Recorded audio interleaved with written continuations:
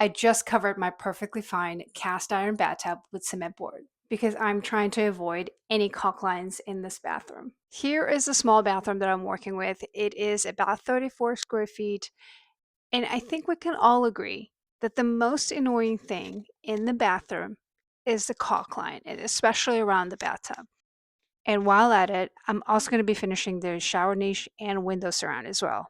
And whenever you're working with cement board, it is going to be dusty. So I highly recommend wearing a mask. I'm starting with the front and take all the dimensions that I would need and start cutting. Okay, I just cut my piece and I'm going to dry fit it before I start gluing, but I'm using these 3/4 inch shims at the bottom to leave some space for the tile and the thin set.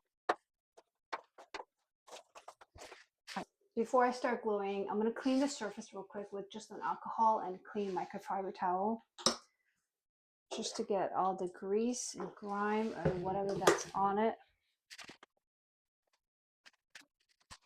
All right, this part was kind of daunting because this is my first time using two-part epoxy, but it was simple as you see it here. You mix two equal parts into a cup, you mix it really well, and you start spreading. But you only have 5 minutes to get it done from start to finish, so I would recommend to have everything ready and you're just good to go. The only downside of this epoxy is that it stinks. It really does smell bad. So I would recommend having a good ventilation going and plus wear a mask. It is the next day and this is solid. It is not going anywhere.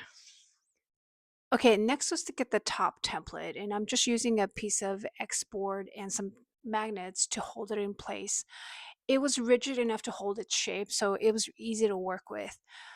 Once I had the exact outline of the tub, I used that template to fine tune the fit, and I ended up pulling the edge back about an inch or so that everything would sit exactly where I wanted, nice and clean. Taking the time would definitely matter. A good template will save you a ton of work and guessing later. And this step totally set the tone for my next task.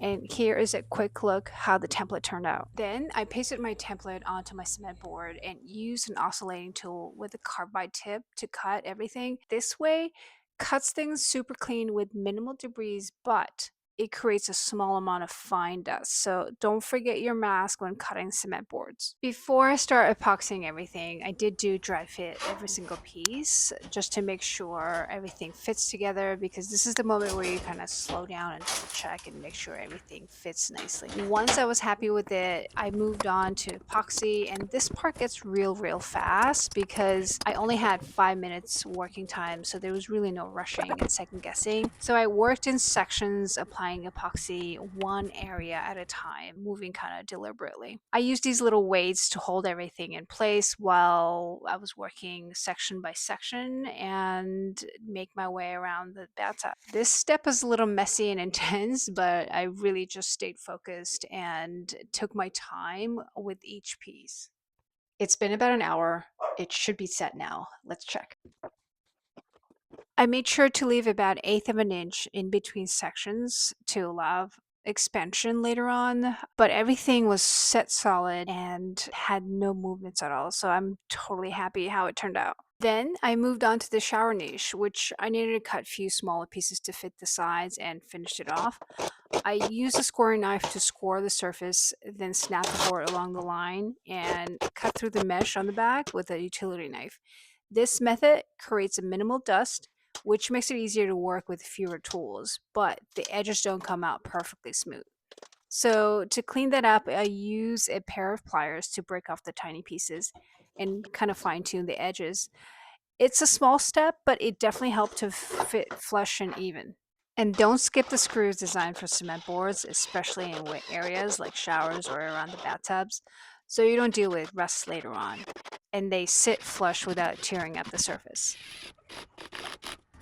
This is really exciting, and I love how everything turned out, the shower niche, the window surround, and especially the bathtub. My next project is ideally the seams, where I tape it, mud it, and seal it, but instead I'm going to be installing my heated floors and tiling, and then we'll get to those. So make sure to subscribe.